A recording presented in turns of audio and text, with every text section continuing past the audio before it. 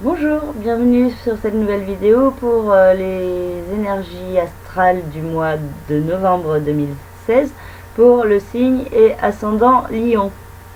Donc je vais commencer par l'analyse des transits des planètes lentes pour me diriger vers les plus rapides.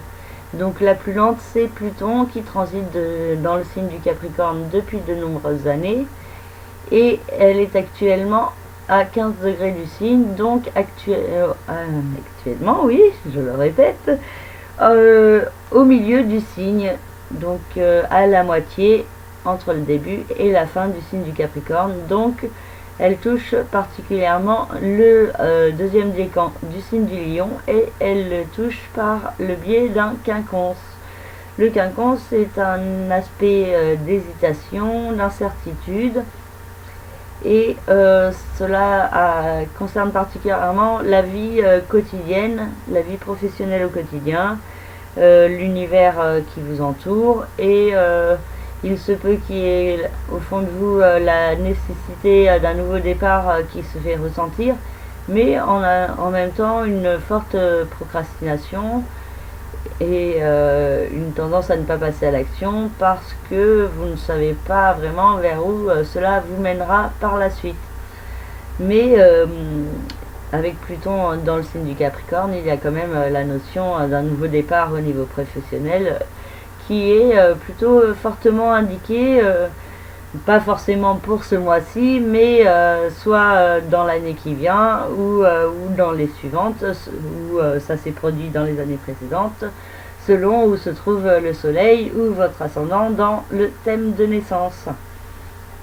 Alors, après Pluton, nous avons Neptune. Neptune transite dans le signe des poissons et peut aussi créer, pareil, de l'incertitude et de la procrastination, vu que Neptune se trouve également au quinconce du signe des lions, mais cette fois-ci, c'est plus le premier décan qui est touché, la fin du premier décan, et peut-être le début du deuxième décan qui peut commencer à être plus fortement dans l'incertitude concernant les rapports d'argent avec la société, votre revenu, les investissements à faire ou à ne pas faire, et également Neptune en maison 8 a quand même une notion très forte, encore une fois, de nouveau départ, de régénération à mettre en place dans une vie peut-être moins basée sur le matérialisme, mais plus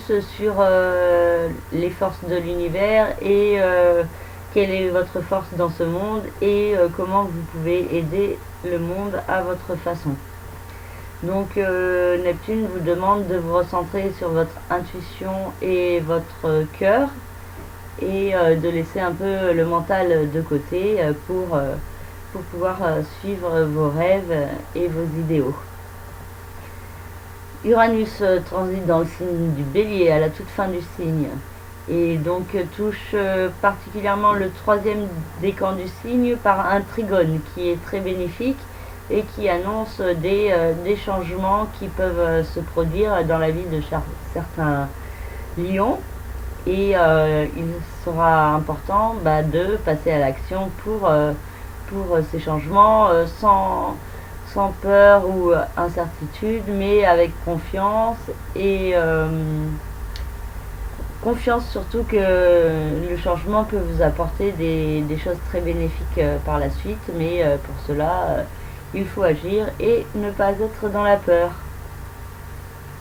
Neptune, ça y est, c'est fait. Saturne transite dans le signe du Sagittaire et a une incidence sur la maison 5 qui est la maison de la vie sentimentale et créative ainsi que les rapports avec les enfants. Donc vous pourriez ressentir une certaine restriction ou insatisfaction au niveau sentimental dans un premier temps, mais si vous faites les efforts de patience, de persévérance et de lâcher prise, il est possible que la situation puisse se débloquer favorablement pour vous et vous amener vers une histoire d'amour saine, durable et constructive, et qui vous apporterait harmonie et bien-être. Pour l'instant, c'est le deuxième décan du signe du lion qui peut être particulièrement touché par le transit de Saturne au trigone du signe du lion. Et donc, vous pourriez bénéficier d'une possibilité de gérer les restrictions et les insatisfactions et de les accepter comme comme une façon de mieux vous construire, mieux identifier ce que vous voulez et ce que vous ne voulez pas. Et Vénus dans ce signe jusqu'au 12 novembre peut également accentuer ce principe finalement d'une rencontre qui pourrait aboutir à force de patience et de persévérance et en même temps de lâcher prise.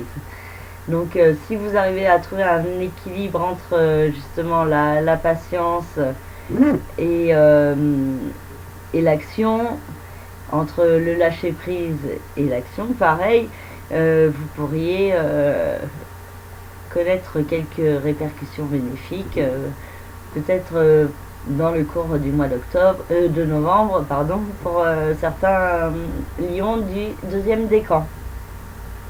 Ensuite, nous avons Jupiter qui transite dans le signe de la Balance à 11 degrés du signe, jusqu'à 17 degrés du signe pendant le mois de novembre. Et cette planète a une incidence sur la maison 3. Elle vous permet d'aller de l'avant sur